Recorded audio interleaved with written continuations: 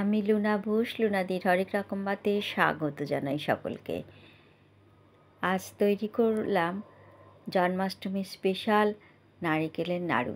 আমি এখানে 1.5 মালা অর্থাৎ একটা আর হাফ নারকেল নিয়ে কুড়ে নিয়েছি।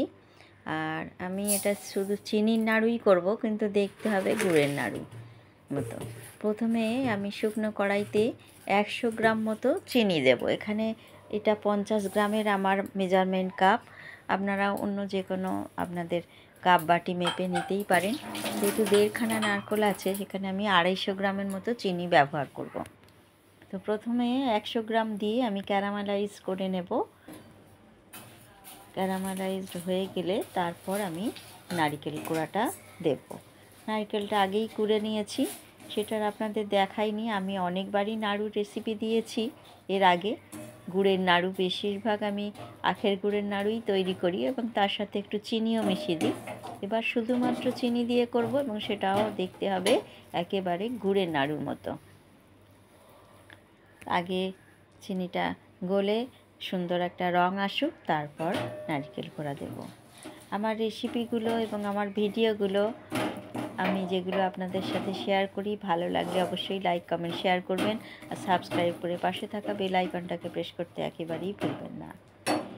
আমি পরেই আপনাদের এগুলো ভাষ্যটা দিচ্ছি, কারণ ঠাকুরের জিনিস তৈরি করতে করতে তো আর কথা বলতে নেই। দেখুন পুরোটা গলে খুব সুন্দর একটা রং চলেছে। আমি কিন্তু কোনো জল একেবারেই ব্যবহার করিনি, শুকনো কড়াইতেই চিনিটা দিয়েছি। এর জন্য একটু ধৈর্য ধরতে হয়, জাস্ট 5 মিনিটেই হয়ে যায়। এবার নারকেল কোড়াগুলো আমি এর মধ্যে দিয়ে দেব। দিয়ে তারপর আবারও আমি বেশ খানিকটা চিনি দেব। বলেছি 250 গ্রাম চিনি দেব, তাই 100 গ্রাম ক্যারামেলাইজ করে নিলাম। আর বাকি 150 গ্রাম আমি নারকেলে পরে আস্তে আস্তে দিতে থাকবো আর মেশাতে থাকবো।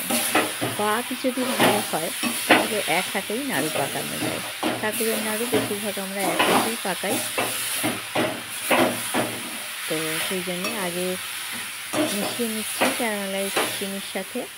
আর এইবার আমি বাকি চিনিটা দিয়ে দেবো। বলেছি এটা 50 গ্রামের, তো 2 বার দিয়েছি, আরও 3 বার, অর্থাৎ 5 বার দেব চিনি। এটা 250 গ্রাম চিনি। বারবার খুন্তি দিয়ে চেপে চেপে পাক করে নিতে হবে এবং এই সময় গ্যাসের ফ্লেমটা লো রাখতে হয়, যাতে কড়াইতে ধরে না যায় বা পুড়ে না যায়। আর ওপর নিচ করে করে খুন্তি দিয়ে এইভাবে পাকটা করে নিতে হয়। যখন পাক হয়ে আসে তখন একটু আপনারা যারা বিশেষ করে নতুন, তারা অল্প অল্প নারকেল একটু নিয়ে মনে হচ্ছে যখন পাক হয়ে আসছে হাতে করে পাকিয়ে দেখতে পারেন যে পাক আসছে কিনা, তাহলেও নামাতে পারেন। না হলে এটাও বুঝতেই পারবেন পাক হয়ে এলে কড়া থেকে নারকেলটা ছেড়ে আসে, কড়াটা শুকনো মতো হয়ে যায় এবং কড়া থেকে পাক করা একটা তাল মতো হয়ে যায় আর কড়া থেকে ছেড়ে আসে। তখনই নামিয়ে নিতে হয়, নিয়ে একটু সামান্য ঠান্ডা করে পাকিয়ে নিতে হয়। বেশি ঠান্ডা হয়ে গেলে আবার পাকটা অত ভালো হয় না। একটু সামান্য গরম থাকতে থাকতে পাকালে পাকটা। হরে কৃষ্ণ হরে বন্ধুরা পুরো ভিডিওটা আমার স্কিপ না করে দেখতে থাকুন। আর সবাই ভালো থাকুন, সুস্থ থাকুন, সাবধানে থাকুন, এই কামনাই করি।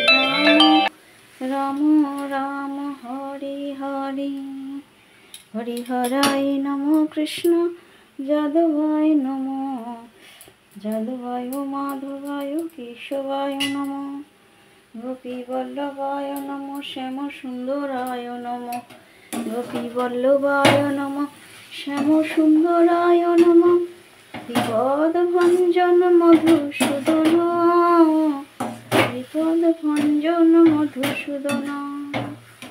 জয় গোবিন্দেশ্বর দ্বারকেশ্বর লক্ষ্মী গণেশ্বর নারায়ণ শ্রীধর বিষ্ণবে নমঃ, গোপাল গোবিন্দায় নমো নমঃ, রাধা গোপীনাথায় নমঃ, গুরুদেবায় নমঃ।